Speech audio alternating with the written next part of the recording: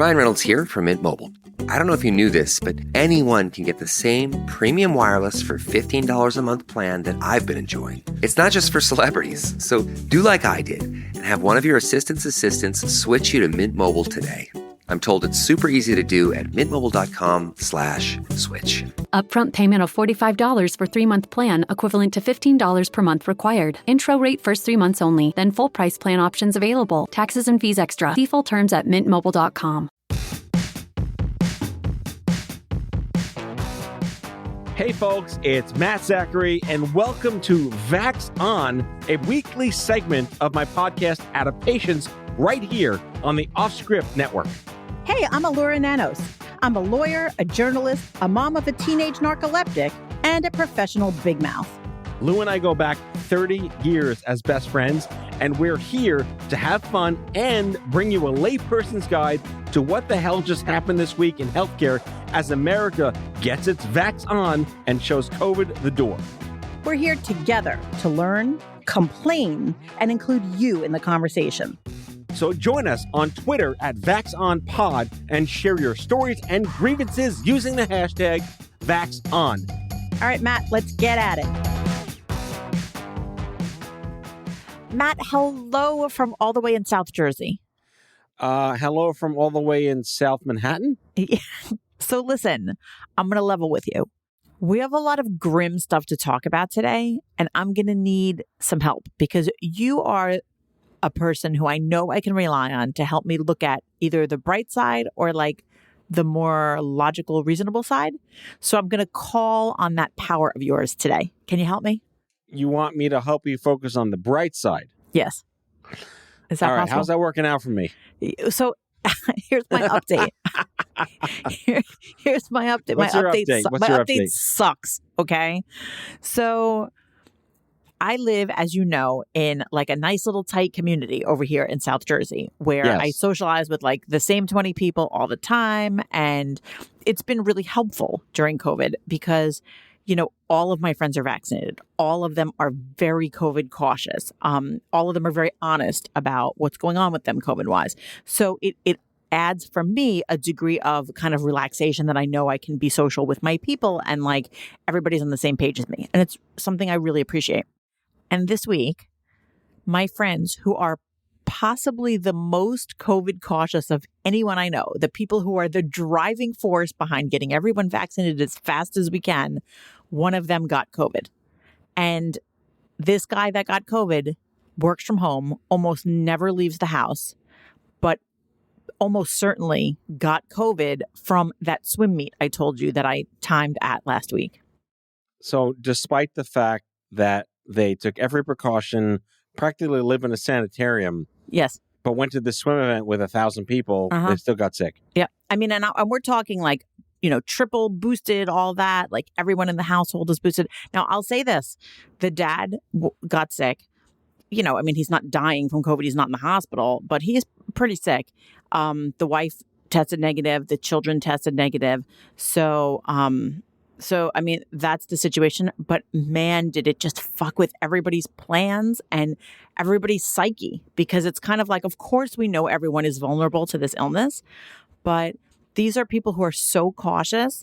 And it just sucks that somebody in their family still got COVID. I mean, is this really where like everyone just melts into the earth because there's nothing we can do?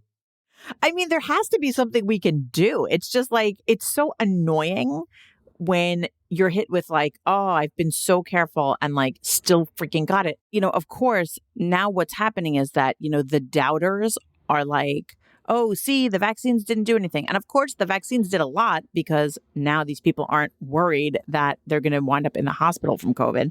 So, which is the most important point. But it's like really frustrating. So that's the headspace that I'm in going into today's episode. All right. So that's your update. But yes, like the surge is back and I don't like it. Mask mandates are back. And even if Omicron wasn't a thing, we'd probably still be dealing with this anyway.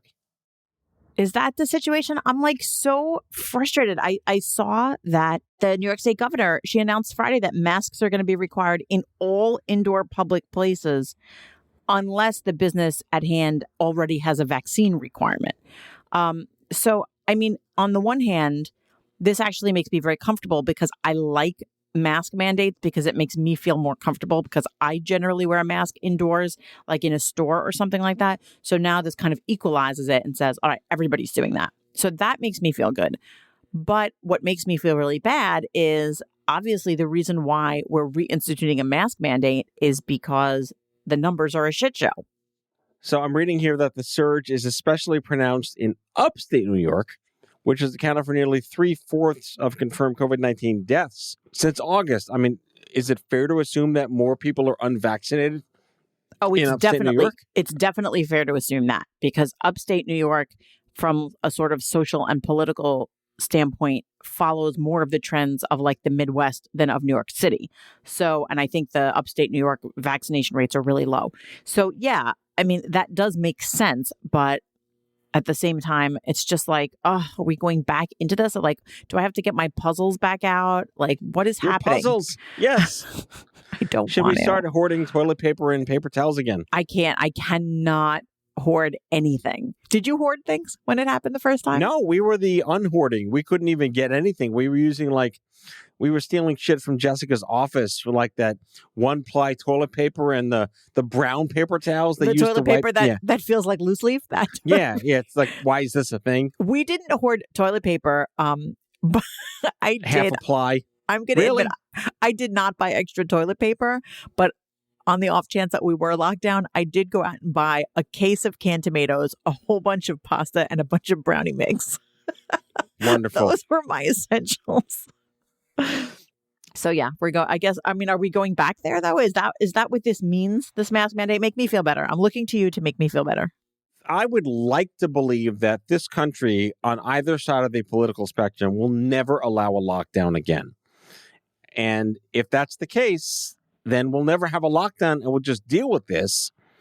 But I can't help but just be more apathetic to people that do not want to get vaccinated, even though that people that are vaccinated are getting Omicron. It's not that bad. And we can talk about the Omicron deaths and are they vaccinated? And we're back to this fucking stupid calculus again. I know, it's so annoying. And I mean, risk. Yeah, risk. And like, do you go out of the house or like, all the people who are like, well, we can't shut down forever because that's terrible for a million other reasons. And I'm like, oh my gosh, I just don't want to do this anymore. So you think that no matter what, we will not go back to a lockdown?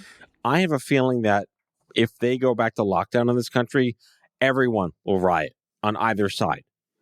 Yeah, it'll be like the universal thing that pisses everybody off. Like even the people that were so cautious are going to be like, nope, not doing this again. No, I'll lead the pitchforks for no lockdown. Like, fuck that. Like we cannot do that again. That is never going to happen.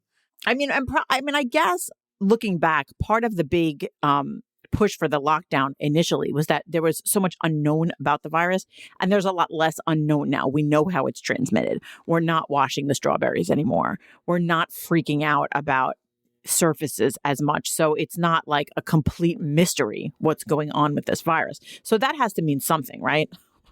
Even if it doesn't mean everything. Well, I mean, this is a long pause.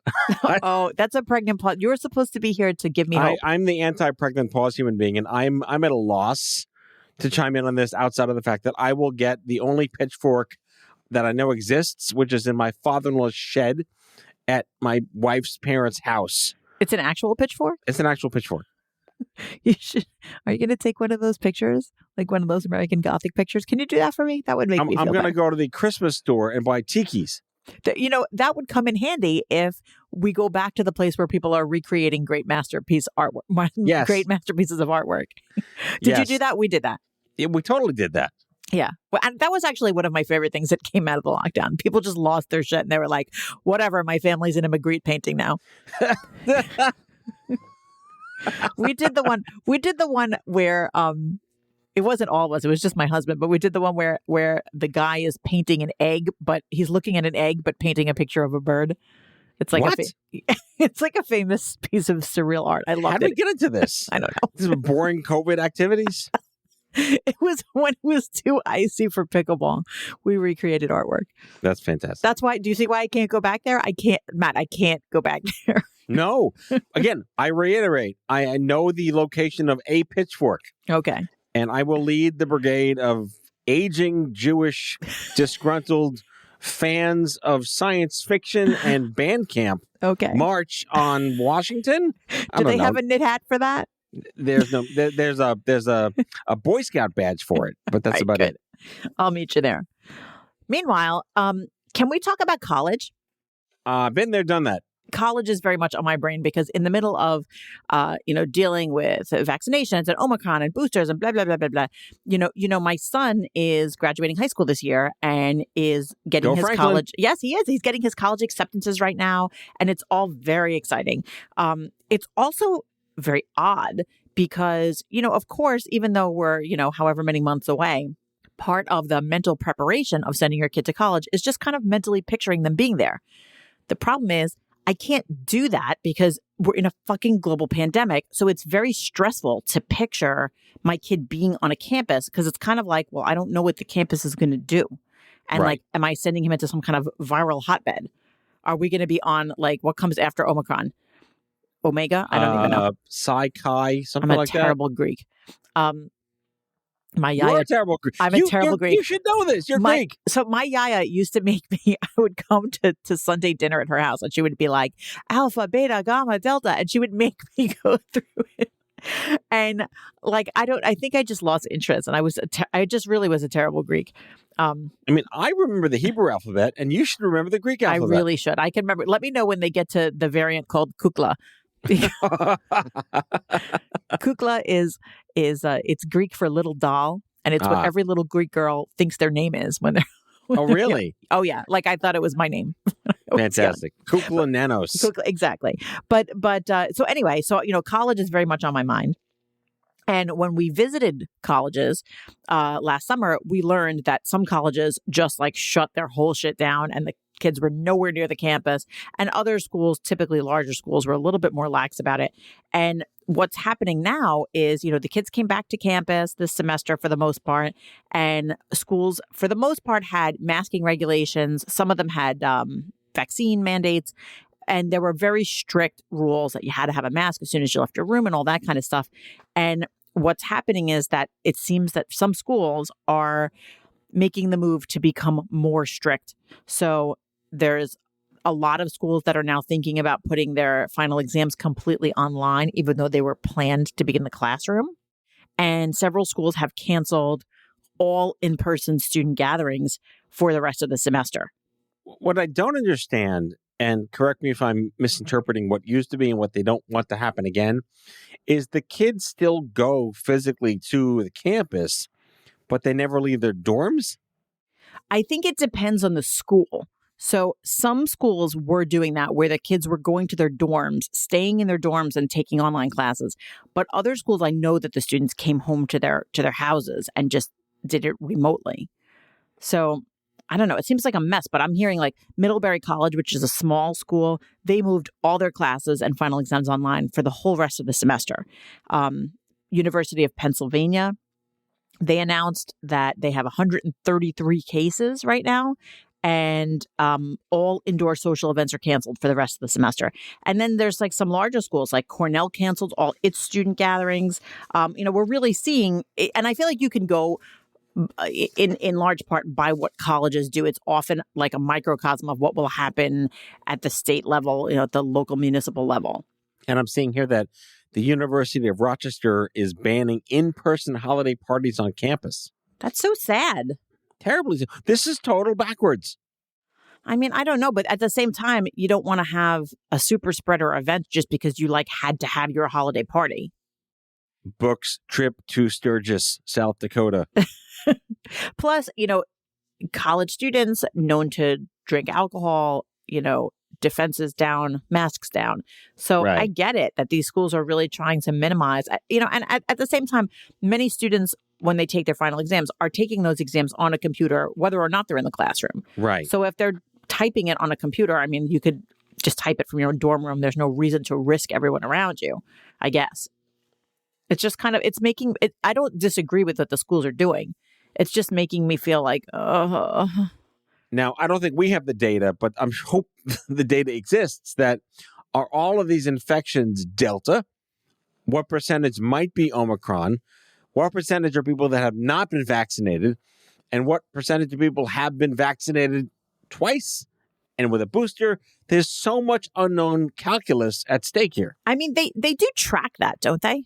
I hope so. Do they track, like when you get tested, if you test positive for COVID, do they know at that point if it's Delta or Omicron or whatever?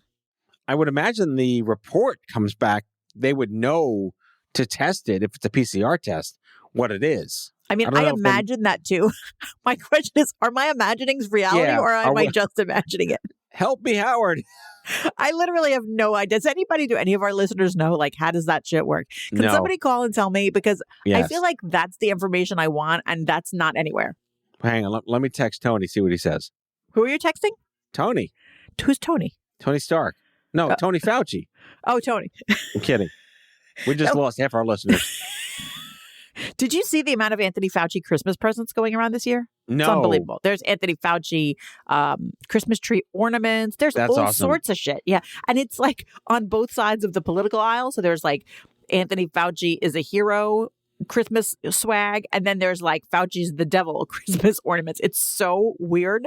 And I kind of feel like, oh, this poor guy. He was just a doctor. He's kind of an old man. And he's like, shit, like now I have to be this guy. Now I'm a Christmas ornament. Like, really? Fauci on a shelf. It's got to be a thing. I saw it was Fauci on a couchy. Fauci on a couchy.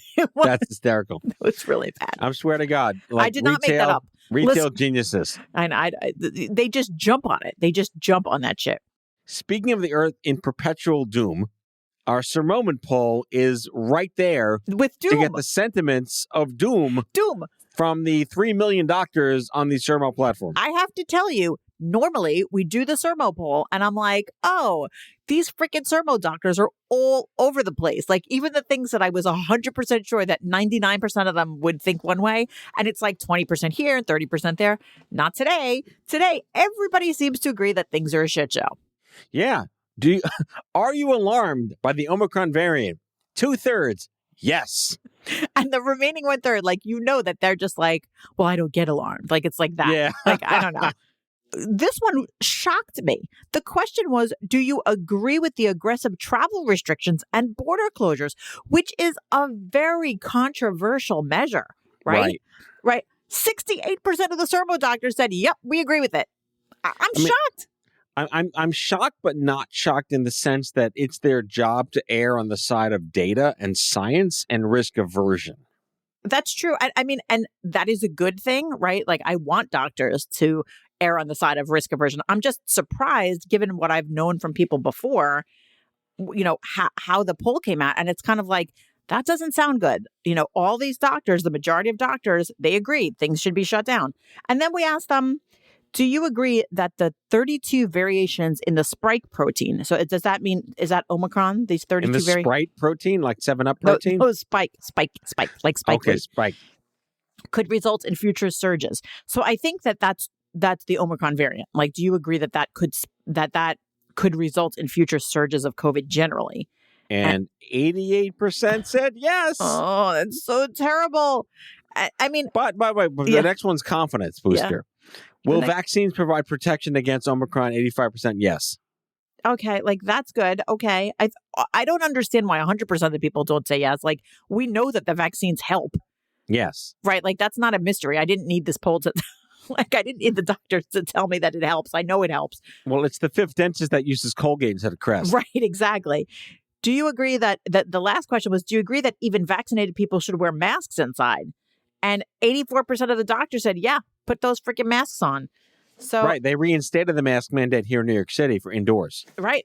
I mean, and that doesn't bother me. I mean, I think that from what we know about COVID generally, it makes sense to wear masks indoors because that's going to slow the transmission. So if there's any risk, you might as well just throw the mask on and you know, reduce that risk. So that seems like good science to me. Right. But still, it seems like everybody's alarmed, and I just don't like that. Matt, we're going to take a break now, but when we come back from the break, I need you to clear something up for me, okay? Is this more doom stuff, or is this potentially less doom? It's really just a question. It's an Elura question. So when we come back from the break, I'm going to need you.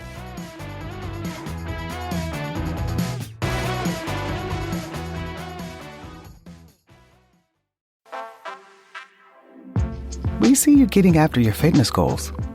But what about those money goals? You can count on Credit Karma for a clear view of your finances and your progress, helping you see results so you can keep checking off those financial personal bests and find your way to money. Progress never felt so good.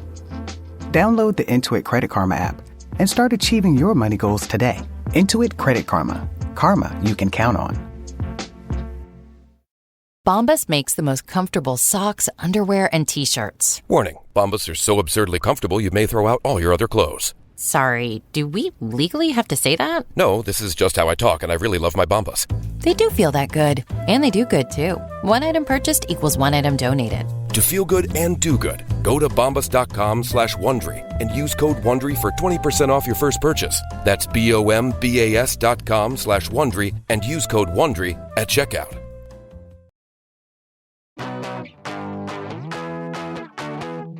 And we're back. All right, hit me. What do you got? Okay, so I don't know if I'm gonna make myself sound really dumb right now, but I need you here for me in my time of need. Are you recording like a local access TV commercial? Yeah, I need to understand, why is Bill Gates a central figure to the COVID pandemic? I don't understand what the hell he has to do with it. Isn't he putting the chips in the stuff for us, like goes in our body and tracks us for satellite death? Right. So like that was the conspiracy theory. But I honestly do not understand how he became a figure of interest at all with respect to the pandemic. Maybe you have to be worth this much money to ride this ride. I mean, there's no like ground zero event that's like he did this having to do with vaccines and that's why everybody cares, or like anything like that. Because it seems random to me. Like, why not Elon Musk? Like, why not some other rich guy? Like, I don't understand why anyone is specifically looking at Bill Gates. I mean, if anything, let's go to Oprah. Right. Like, she seems to know everything. Dr. Dre's got money. Come on. I don't understand it. I mean, so you have no answers for me. So that was not helpful. But I mean, he's like the corporate Stephen Hawking, right? So what role could he possibly play in all this besides a Nostradamus-like figure or pseudo? But he's not a Nostradamus-like figure when it comes to medical stuff. Like, no, he's not. No, like if you ask me about ask Bill Gates, like, what's the next great operating system, I would understand why he's got relevant information to Windows 77. I literally do not understand why he is a central figure here. However, what's he saying? Okay, so he just made a blog post. And like, what is funny to me is that Bill Gates's blog post made headlines. You know, he said this, he predicted stuff about COVID. And I was like, okay, I still don't understand why he would know any better than anybody else. But hey, I mean, he is a smart guy. So I guess we should look at what he has to say. And what he has to say is like sort of half good and half bad. Okay. So he made 5 predictions. He said he is optimistic yet worried about 2022. And what he That's said next year. Well, it's like in a few weeks now. Like 2 weeks from now. He predicted in his Nostradamus-like way that the acute phase of COVID-19 is going to come to an end in 2022. I mean, I should fucking hope so. But what has come to, it's like saying, let's end cancer. Like, what the hell does that mean? Right? I don't know. What does coming to an end mean? I don't know. He said not the acute phase. I don't know. And this is what he says. He said, here's some great reasons. Number 1, we've learned how to deal with variants, which is absolutely true. This is objectively true that we've learned a lot about the disease. We've learned about the variants. So yes, that's important. He says we've gotten really good at vaccines.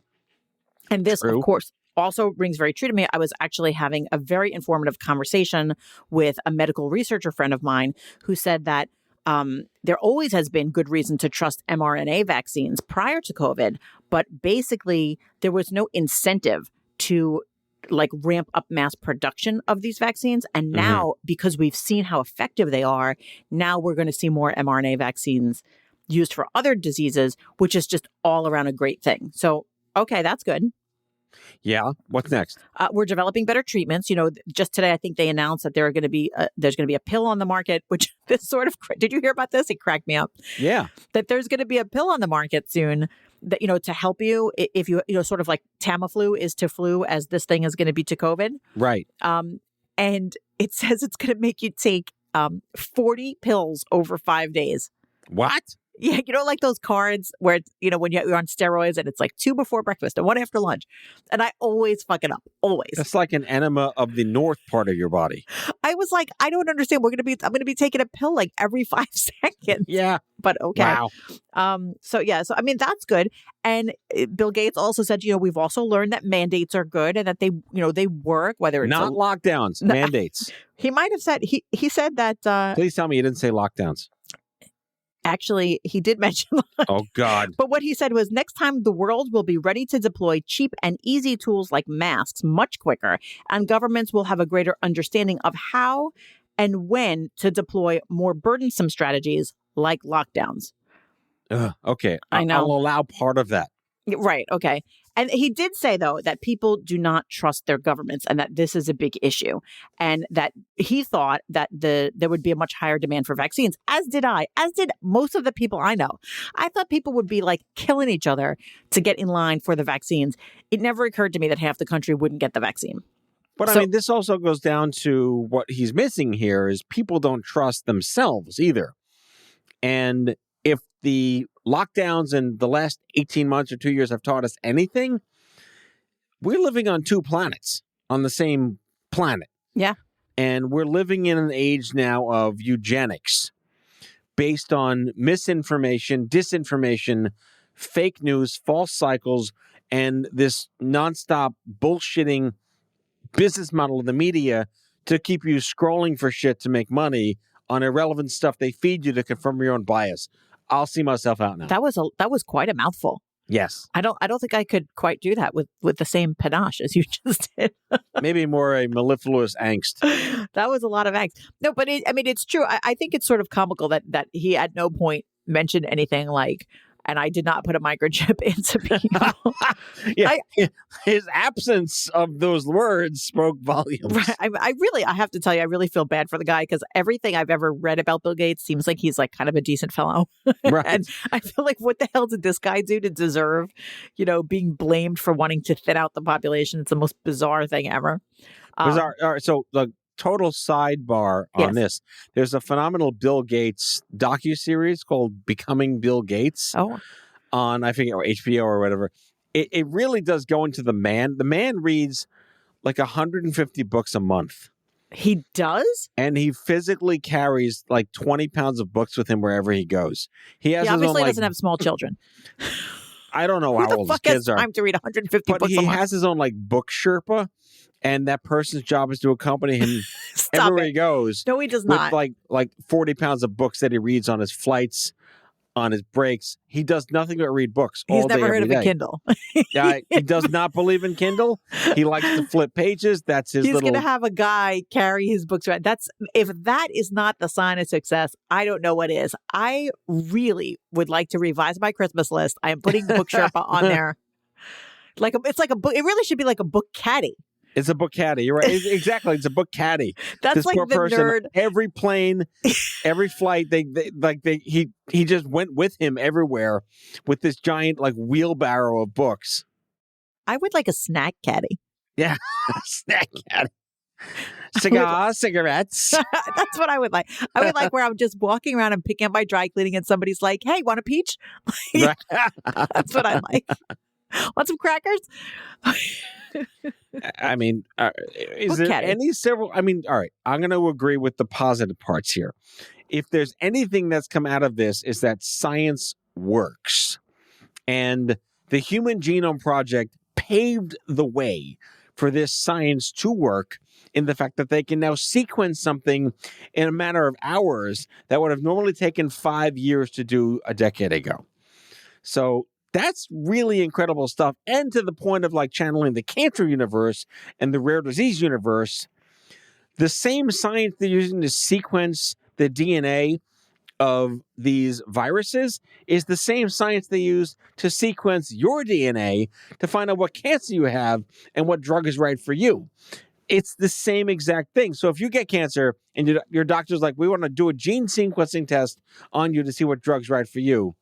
You're like, hell yeah, keep me alive. Mm-hmm. But if we're going to run a gene sequence on a virus to determine what vaccine's right for you, no, I don't want that.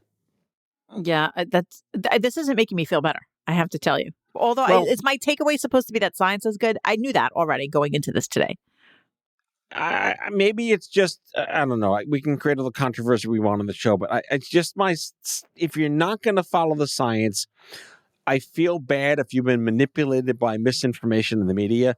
But if you're consciously choosing to ignore the data, ignore the science, and follow your own path, then you reap what you sow. And I'm sorry if anything happens to you.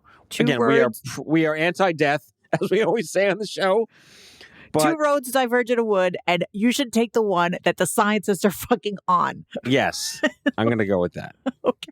On that note, Robert Frost sends his love. Robert Frost always sends his love. How'd we get to this part? I have no idea. I'm going to go stop by the woods on a snowy evening. All right. All right. Well, that wraps up this episode of Vax On. Thanks for listening, and we'll see you back here next week. Bye, Elura. See you next week. Bye.